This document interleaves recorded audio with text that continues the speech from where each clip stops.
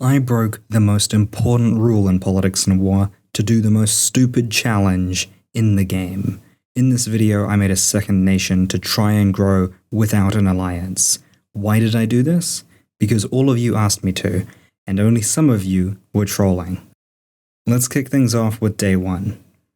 I created a new Discord account and a new nation. I needed a name and a profile picture that would be innocuous. No anime, no memes, nothing too plain, but something that people could look at once and remember. You can find almost every alt in the game in like 3 minutes, because they all look like alts, and if this account was discovered, the challenge would end immediately. I'd be swarmed by enemy nations and prevented from climbing at all. I couldn't help myself with the flag though. What's the point of having a nation if you can't design a flag? But yeah, I tried to keep it minimalist. Now, what was the first amazing strategy I had for this challenge? Well, that would be creating a list of strategies. I listed every idea I had for making money in a Google document and planned to try a new one every day. Then I copied a Google sheet that calculates nation revenue and city costs and did some basic maths to see how difficult this challenge would be. I decided to aim high and try to earn enough for City 20. This was very ambitious, because even with the best rating stats in the game, I'd be lucky to hit City 16 in 2 weeks.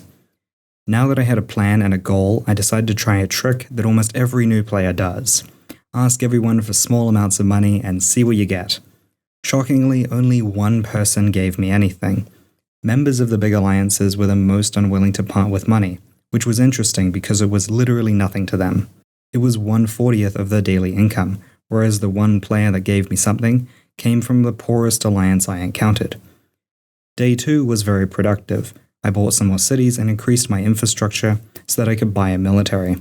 Then I created a Discord server and invited the bot called Locutus. It gave me links to some great raid targets. I considered doing manual raiding, and you'll see a bit of that later in this video, but spoiler alert, Locutus is amazing, and I should have relied on it more. One thing I realized when I started to raid was that my military was extremely low. It would take me 6 days to fully max my military, and that's almost half of the challenge. So with the time I had left on day 2, I experimented with some alternative revenue sources. My first idea was to join a news server, but the results weren't great. I tried to join OCN because I thought they'd hire anything with a pulse, and I even completed the whole application. Unfortunately, they didn't want to hire a new nation without an alliance, which makes sense since news servers mostly cover alliance affairs. I applied to a handful of other servers, but a lot of them didn't reply. Credit to OCN though, because their rejection was very polite, and that's quite unusual. A huge chunk of the game is discouraging or dismissive to new people, and nations without alliances are memes, so that was nice. Another strategy I wanted to try was creating advertisements or flags for the various alliances and businesses in the community. I did this for several years before leading alliances, and it was a great way to learn new skills, grow, and build a positive reputation in the community, for however brief that lasted. Unfortunately, a few absolutely mad players had crashed the market. I don't know why, but people were offering to create custom flags and advertisements for free in the official server. Here's the thing, the groups that need ads are new alliances and businesses, both of which are notoriously frugal. Even Mr. Krabs would be shocked at how little they make and pay, and that's without the market pressure. So I was going to get nothing. It didn't matter if my ads were higher quality because the most they would pay is now like 10 mil, and that's not worth my time. Oh, and I do recognize this is hypocritical. I talk about helping new players, and this is free, so it should be great for them. But it still annoyed me during this challenge, and I'm disappointed that the game's artists aren't rewarded for their effort anymore.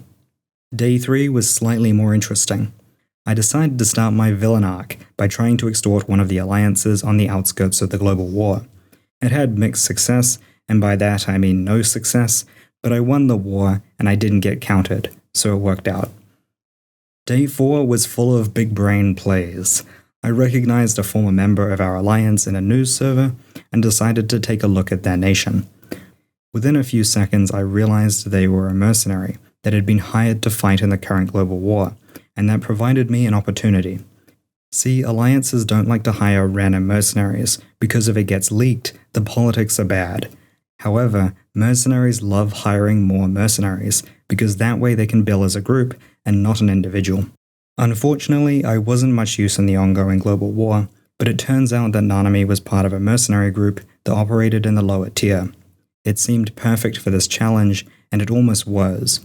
I was thinking on it later, and there was a certain amount of luck involved, but it was also just game knowledge.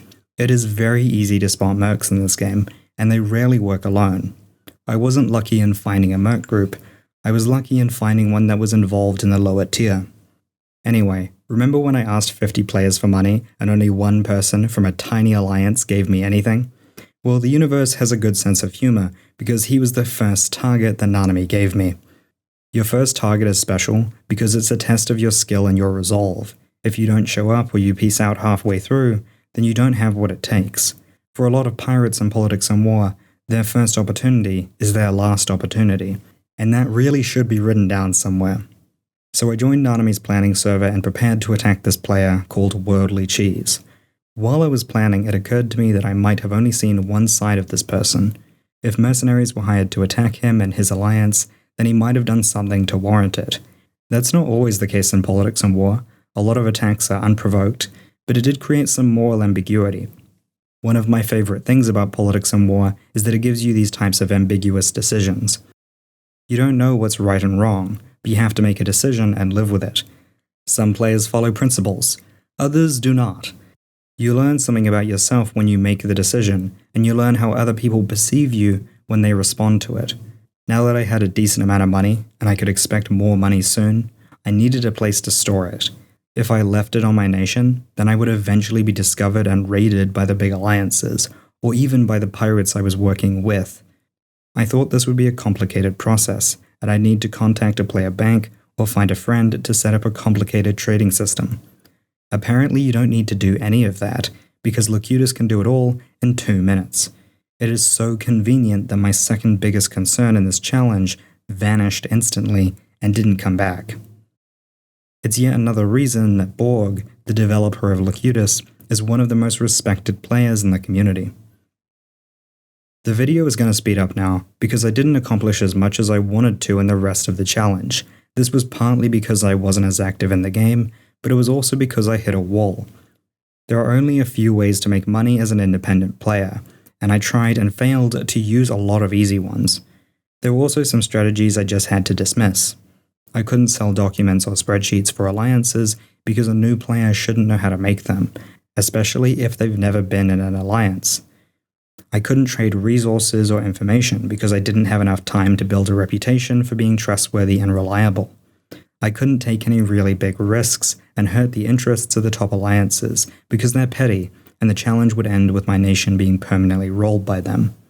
Investing in land to increase my revenue at low risk wasn't viable because the return on investment was too long, and the global war meant I wouldn't see any returns until after the challenge was over. Buying credits and flipping them for easy money wasn't possible either, because the global war had messed with their pricing. One strategy I was really hoping would work was hunting alliance banks. When you raid a nation in Politics and War, you loot 14% of the nation's resources and like 1% of their alliance bank. For this reason, the big alliances send one trusted member to create another alliance they call a bank or offshore, which holds all their money until they need it. One of the safest places in the game for a highly militarized nation is the lower tier. So there's usually a few banks down there.